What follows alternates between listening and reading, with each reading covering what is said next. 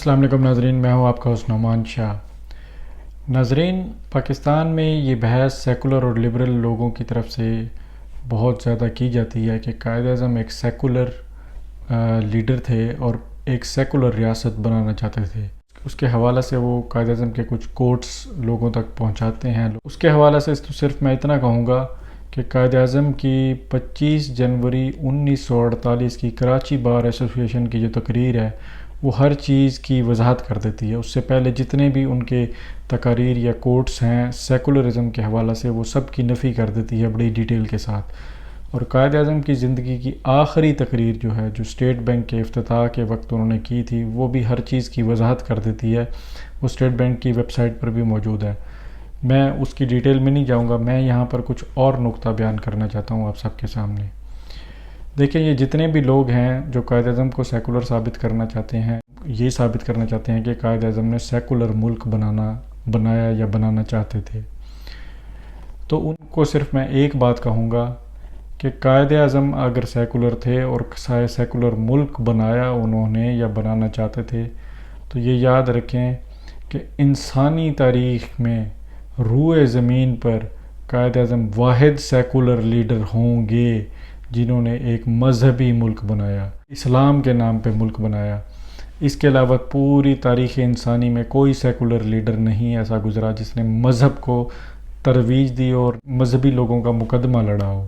تو اگر یہ سیکولرزم ہے تو ہمیں پھر ایسے ہی سیکولر لیڈر چاہیے جو اسلام کو تخت تک پہنچا دیں، پاکستان میں اسلام کی بالادستی قائم کر دیں۔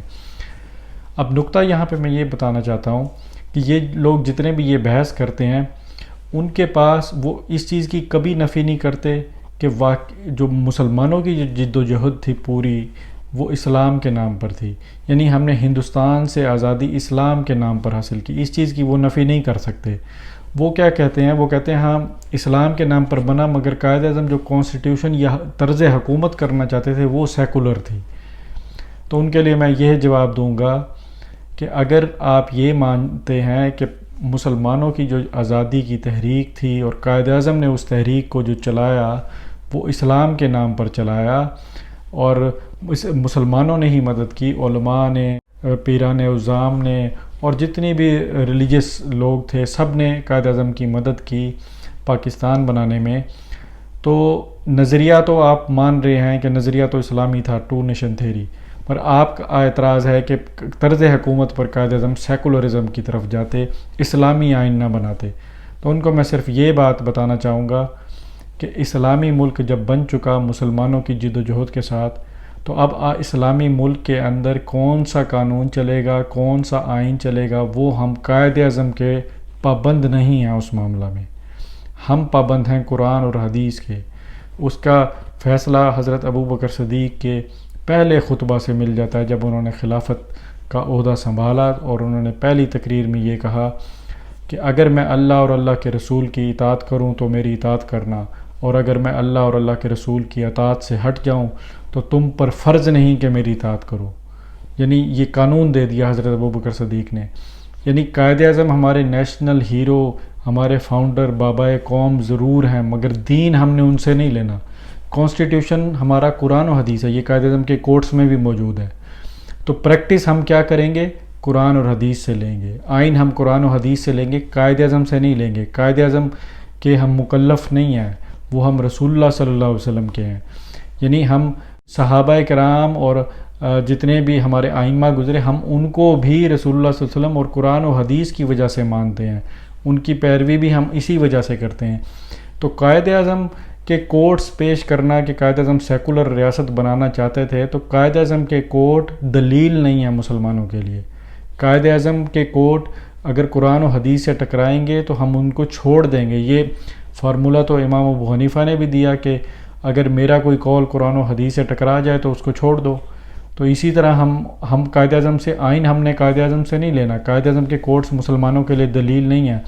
قائد Azam as a founder of Pakistan تھے، قائد اعظم نے آگے اگر قانون سازی کرنی تھی تو ہم پھر ہمیں پتہ چلتا کہ اصل میں وہ کیا کرنا چاہتے تھے. مگر انہوں نے اپنی تشریح اپنے آخری اسٹیٹ بینک کے افتتاح کے وقت تقریر میں بھی کر دی تھی، اور 25 جنوری 1948 کی کراچی بار ایسوسیشن کی تقریر میں بھی بڑی وضاحت سے انہوں نے بتا دیا تھا. مگر پھر بھی کوئی ان کے پہلے کوٹس یا different out of contexts quotes پیش کرتا ہے تو اس کے لیے میں نے یہی بتا دیا کہ قائد اعظم سے ہم نے دین نہیں لینا، وہ ہمارے دینی لیڈر نہیں ہیں، نہ ہم ان کے بنائے ہوئے آئین کو یا ان کی بنائی ہوئی تقاریر کو ہم قرآن و حدیث پر فوقیت دیں. جب اسلام کے نام پر ایک ملک بن چکا تو اس کا آئین بالکل قرآن و حدیث کے مطابق ہی ہوگا، اس میں کسی اور لیڈر یا کسی اور کی تشریح کی گنجائش نہیں رہتی. یہ قانون ہے. اور دوسری بات یہ کہ اس کی میں سب سے بڑی دلیل یہ دوں گا کہ قائد اعظم نے مسلمانوں کے لیے ملک بنایا کیوں تھا، کہ قائد اعظم یہ جان چکے تھے کہ جو انگریز انتخابی سیاست لے کے آیا سب کانٹیننٹ کے اندر، اس انتخابی سیاست کا مطلب ہے کہ مسلمان ہندوستان میں ہمیشہ تا قیامت غلام رہیں گے، کیونکہ اس میں عددی برتری والا ہمیشہ حکومت کرے گا، یہاں سروں کو گنا جائے گا. تو مسلمان اقلیت ہیں تو مسلمان کبھی بھی تخت پر نہیں آ سکیں گے، یعنی اسلامی لا، اسلامی شریعہ کبھی بھی تخت پر نہیں آ سکے گی.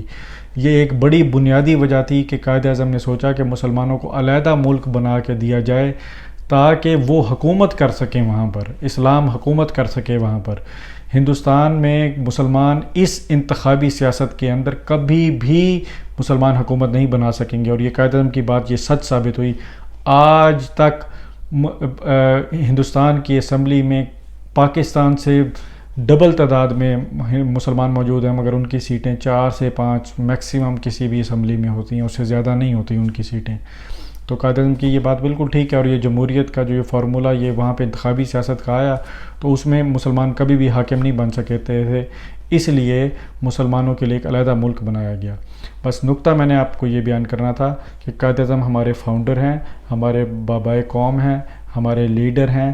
پاکستان انہوں نے بنایا، مگر قائد اعظم کے اقوال، قائد اعظم کی کوٹیشنز، قائد اعظم کی وہ ہمارے لیے حجت نہیں ہے. ہمارے لیے حجت ہے قرآن اور حدیث کے طرز حکومت ریاست کہاں سے لے گی، وہ قرآن و حدیث سے لے گی. پاکستان اسلام کے نام پر بنا ہے اور طرز حکومت اس کا قرآن و حدیث سے لیا جائے گا. اور جہاں تک عملی اقدام کا تعلق ہے تو قائد اعظم نے جو سب سے پہلا ڈپارٹمنٹ بنایا تھا وہ ڈپارٹمنٹ آف اسلامک ریکنسٹرکشن کا بنایا تھا. اس سے ہمیں پتہ چلتا ہے کہ قائد اعظم کی اولین ترجیح ریاست پاکستان کو اسلام کے مطابق طرز حکومت بنا کر دینا تھا. نئے آنے والے ساتھیوں سے گزارش ہے کہ وہ چینل کو سبسکرائب کرتے ہوئے ساتھ موجود بیل کے آئیکن کو بھی دبا دیں.